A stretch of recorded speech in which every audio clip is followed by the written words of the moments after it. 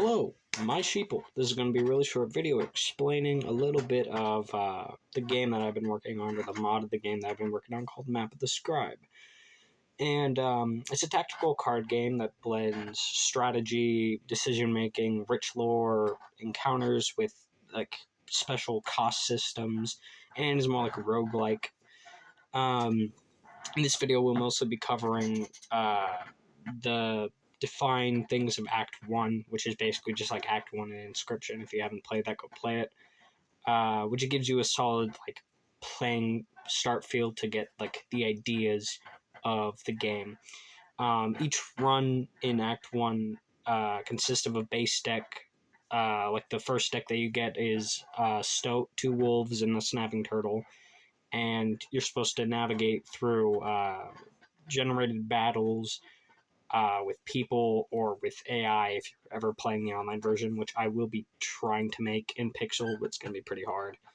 At the beginning, the player draws like a card, and they get the card into their hand. There's technically no max to the card. There's 2 decks in Act 1 specifically. There's a Squirrel deck, which can eventually change into something else, and then your Creature deck, where all your creatures that you get from the different points of the map.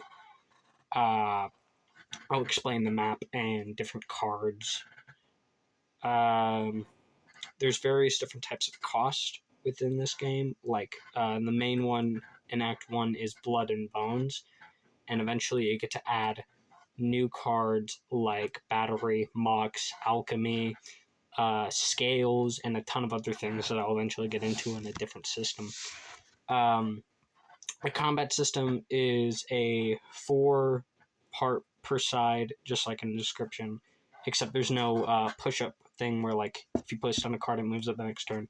There's none of that. It's just automatic play, place, and cost. There's a heavy influence on strategy in this game, kind of like Inscription as well, where it's a lot of thinking of how you're going to put the most amount of damage onto the board while sacrificing the least amount of things, or the most amount of things if you're that type of person. Just like in Inscription, the first act involves Leshy, which is like the main scribe that you meet at first, but then eventually introduced the other scribes that are from Inscription and a few of my own that I've made. And your first act actually influences a lot of the second act, because there's a specific card that you can upgrade and eventually gets taken to all the other acts, including the one, second, third, and eventually even secret ones like the 4th one, and I'm not really sure yet, but maybe the 5th. More things happen throughout, like how the second act basically becomes a middle point of the third act, and you basically just switch in between those two after you finish the first act. The second act being kind of like an intermission that eventually you'll be able to just skip entirely instead of having to keep playing through it over and over again, which could get repetitive.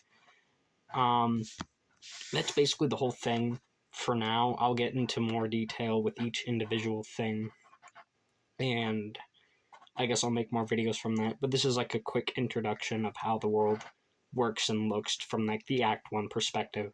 I'll get into specific cost items and other stuff like that you can encounter within this in the next video. So I guess that'll be it. See you later, my sheeps. See me in the next one. Please hit the subscribe button. Please. I'm so close to 50. And that'll be it.